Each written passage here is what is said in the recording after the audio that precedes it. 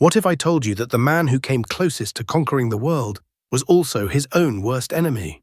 The story of World War II isn't just about brave soldiers and brilliant generals. It's about how one man's twisted ambitions and terrible judgment calls created the perfect storm for his own destruction. Most people think Hitler lost because the Allies were stronger or smarter, but the shocking truth is that Hitler practically handed victory to his enemies through a series of mind-boggling mistakes that still puzzle historians today. These weren't small errors in judgment. They were massive strategic blunders that any military academy student could have avoided. Imagine playing the ultimate game of chess, but instead of thinking several moves ahead, you're making decisions based on your hurt feelings, supernatural beliefs, and pure stubbornness. That's essentially how Hitler approached the biggest war in human history. Let's start with Hitler's choice of best friend, Benito Mussolini. Imagine trying to run a marathon while carrying someone on your back. That's what allying with Italy felt like for Nazi Germany. When Hitler was shopping around for partners in his quest for world domination, he didn't exactly have countries lining up to join his club of destruction. Most nations took one look at his genocidal plans and said, "Thanks, but no thanks." This left him scraping the bottom of the barrel, and unfortunately for him, that's where he found Mussolini. Italy wasn't just a weak ally. It was like having a teammate who keeps scoring goals for the other team.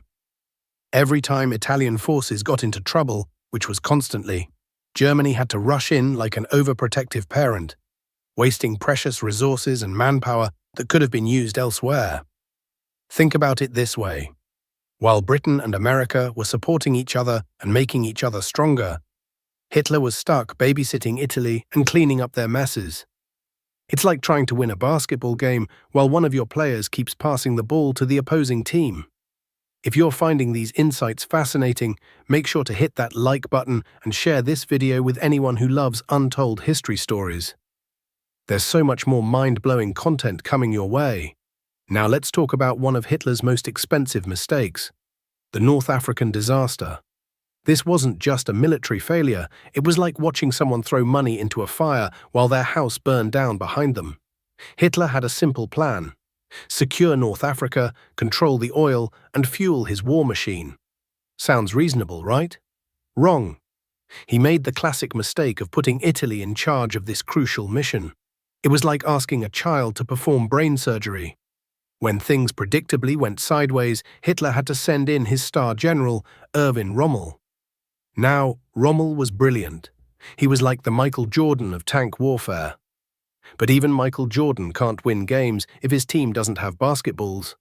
Rommel found himself trying to conquer a continent with limited supplies, stretched-thin forces, and no backup plan. It was mission impossible from day one. The British, led by Bernard Montgomery, were smart enough to realize they just had to hold their ground and wait for the Germans to run out of steam. Here's where it gets really tragic. Rommel knew exactly what was happening. He kept telling Hitler, "Give me more tanks, more supplies, more support, or this whole thing is going to collapse." But Hitler, sitting comfortably in his bunker hundreds of miles away, thought he knew better than the man actually fighting the battles. The result? Germany lost 250,000 soldiers, an entire army, all because Hitler refused to listen to his best general. It gets worse. Later, when Hitler suspected Rommel of disloyalty, he forced the Desert Fox to kill himself. So not only did Hitler waste his resources in North Africa, he also eliminated one of his most talented commanders. That's like firing your best employee because you suspect they disagree with your terrible management decisions. Here's a plot twist that sounds too crazy to be true. Hitler actually declared war on America before America declared war on him. Let that sink in for a moment. After Pearl Harbor, America was focused on Japan. They were angry, sure, but they were looking west across the Pacific, not east across the Atlantic. Hitler had the perfect opportunity to stay quiet and let America exhaust itself fighting Japan, while Germany finished conquering Europe. Instead, Hitler decided to poke the sleeping giant with a stick. He started sinking American ships and then, get this, he officially declared war on the United States. It was like a schoolyard bully picking a fight with the biggest kid in class. What made this decision even more ridiculous was Hitler's reasoning. He thought America was too weak and too focused on Japan to fight back effectively. He couldn't have been more wrong. America had something that Germany desperately lacked: an untouchable industrial base. While German factories were getting bombed and struggling to produce weapons, American factories were safely churning out planes, tanks, and ships at a rate that would make your head spin. We're talking about a country that was building more war equipment in 1 year than Germany could produce in 3. America also had something else Hitler underestimated: determination. Nothing unites a country like having someone declare war on them for no good reason. Hitler single-handedly turned the American people from reluctant observers into committed enemies. But if declaring war on America was stupid, Hitler's decision to invade Russia was pure insanity. This wasn't just a bad move, it was the move that guaranteed Germany would lose the war. Hitler had already secured a non-aggression pact with Stalin. Russia wasn't threatening Germany. Stalin was actually happy to stay out of the fight and let Germany and Britain beat each other up. It was the perfect setup for Hitler. He could focus all his energy on defeating Britain without worrying about his eastern border. So what did Hitler do? He threw away this massive advantage and launched Operation Barbarossa, opening up the dreaded two-front war that had destroyed Germany in World War I. His reasoning was based on a combination of racism, ego, and terrible strategic thinking. Hitler believed Russians were inferior and would collapse quickly. He thought he could knock out Russia in a few months and then turn back to deal with Britain. He was wrong on every count. The invasion started well because Stalin, despite having spies everywhere, refused to believe Hitler would break their agreement. Russian forces were caught completely off guard. German tanks rolled across the countryside, capturing hundreds of thousands of prisoners. Hitler was so confident that he didn't even bother sending winter equipment to his troops. After all, the war would be over before winter arrived, right? Wrong again. The Russians did what they always do when invaded. They traded space for time. They retreated deeper into their vast country, destroying everything useful as they went. German supply lines stretched thinner and thinner. The easy victories turned into grinding battles of attrition. Then winter arrived, and Hitler's under-equipped army found itself facing not just Russian soldiers, but Russian winter. Tanks wouldn't start, soldiers froze in their summer uniforms, supply trucks got stuck in snow and mud. This brings us to perhaps the most personal and devastating of Hitler's mistakes: his obsession with capturing Stalingrad. This decision perfectly shows how Hitler let his emotions override military logic. Stalingrad wasn't particularly important strategically. The German army could have achieved their goals in southern Russia by simply surrounding the city and cutting off its supply lines. But Hitler couldn't get past one simple fact: the city was named after Stalin. It became personal. Hitler wanted to humiliate Stalin by capturing his namesake city.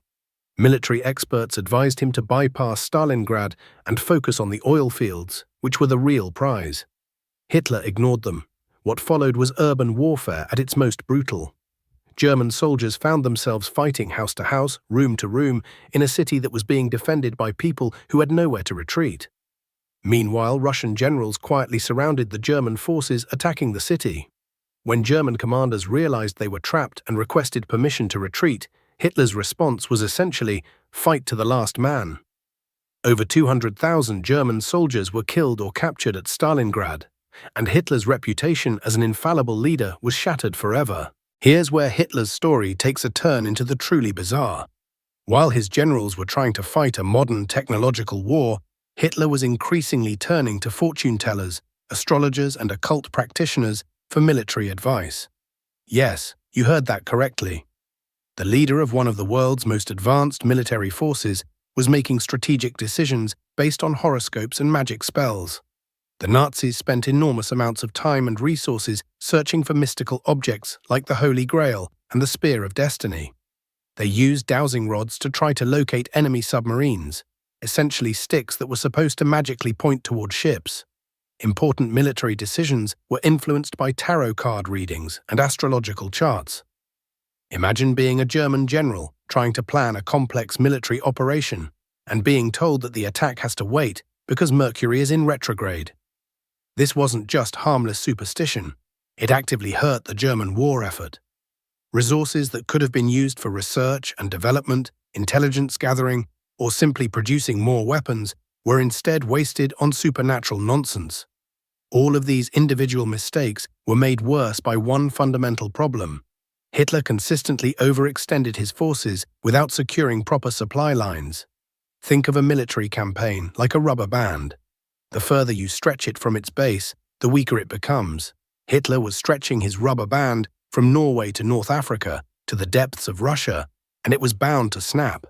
Modern warfare runs on logistics. Tanks need fuel, soldiers need bullets and food, aircraft need parts and maintenance. Hitler's forces were constantly running short of these basic necessities because they were spread too thin across too many fronts. The German army at the beginning of the war was like a sports car, fast, powerful, and impressive. But Hitler drove it like it was an off-road vehicle, taking it places it was never designed to go. By the middle of the war, his forces were broken down on the side of the road, out of gas and out of options.